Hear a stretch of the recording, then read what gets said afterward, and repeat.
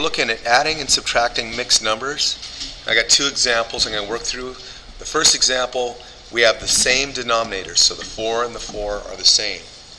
So we've got these mixed numbers here, and there's several ways to do this problem. I'll show you one way of just keeping the mixed numbers and adding them together, and then the other problem I'll turn them into improper fractions. So let's start with this. I like to write these as 2 3/4, and I'm adding 4 3/4. So I can add the fractions because I got the common denominator, and I can add the whole numbers. So if I add the fractions, I got 3 plus 3 is 6/4. And I have the whole numbers here, which is 2 plus 4 is 6. So I've got 6 6/4.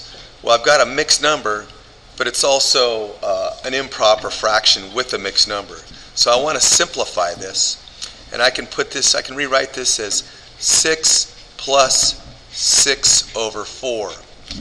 And I can convert this 6/4 to a mixed number and then add this 6 to it. So what I do is I take this 6, like I've done before. People get confused on what number to put inside the division house. I draw a little cloud, it rains on it. The 6 wants to go inside the division house, the 4 wants to go outside. Okay, and now we can do our math. 4 goes into 6 one time. So 1 times 4 is 4. You subtract, I got 2 left over, and I stop there. I'm not going to look for a decimal on this problem. So I can write this as 6 plus 1 2/4. And 6 plus 1 is 7 2/4. Okay, and that 2/4 can be reduced to 7 1/2. So that's our answer. Okay, in this next example, different denominators. I've got 4 1/3 minus 1/8. Actually, I'm going to change this. I'm going to make this 1 7/8. So 1 7/8. Make it a little bit more complicated. In this case, I'm going to turn these mixed numbers into improper fractions. So I can multiply. I can put a little dot here that indicates multiplication. Multiply 3 times 4, which is 12, and then I'm going to add the 1. So 3 times 4 is 12, plus 1 is 13/3. Minus, and again over here I'm going to turn this mixed number into an improper fraction. So 8 times 1 is 8, plus 7 is 15. So this becomes 15/8. Okay? Now, I forgot to bring down my whole numbers.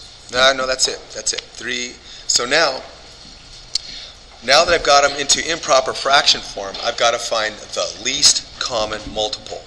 And the smallest number that both 3 and 8 go into is 24. So I need to multiply this left side by 8. So I'm going to multiply the top by 8 and the bottom by 8. And on the right side, I'm going to multiply by 3 on the top and 3 on the bottom. And I know that 8 times 3 is 24 on the left and 8 times 3 is 24 on the right. So I'm going to rewrite this. Okay, so now I've got 8 times 13, so 13 times 8. 3 times 8 is 24. 8 times 1 is 8, 9, 10.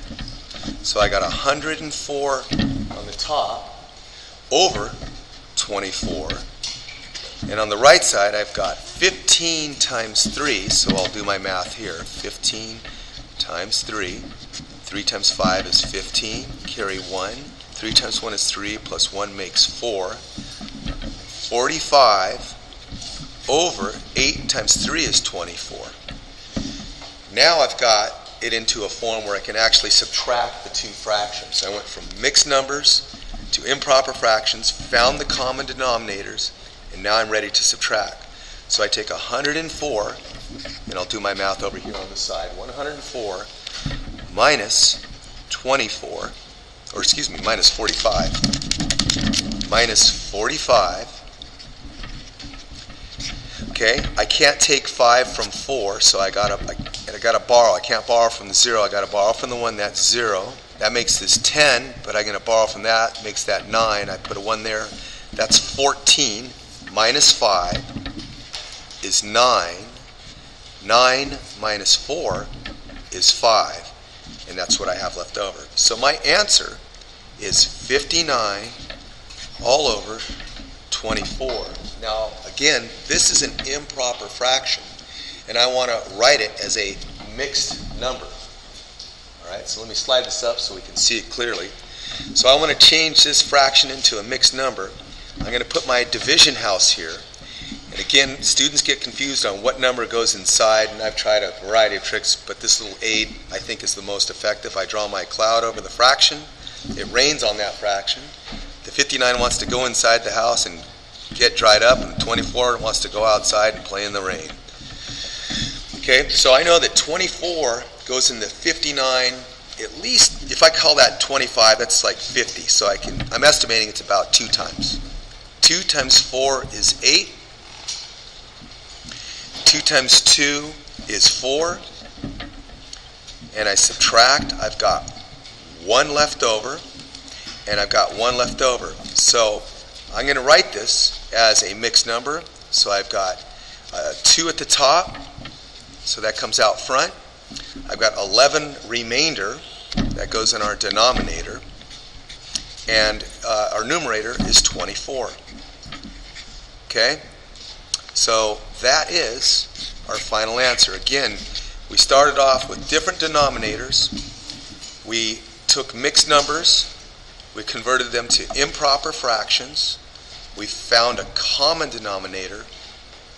Then we subtracted the difference.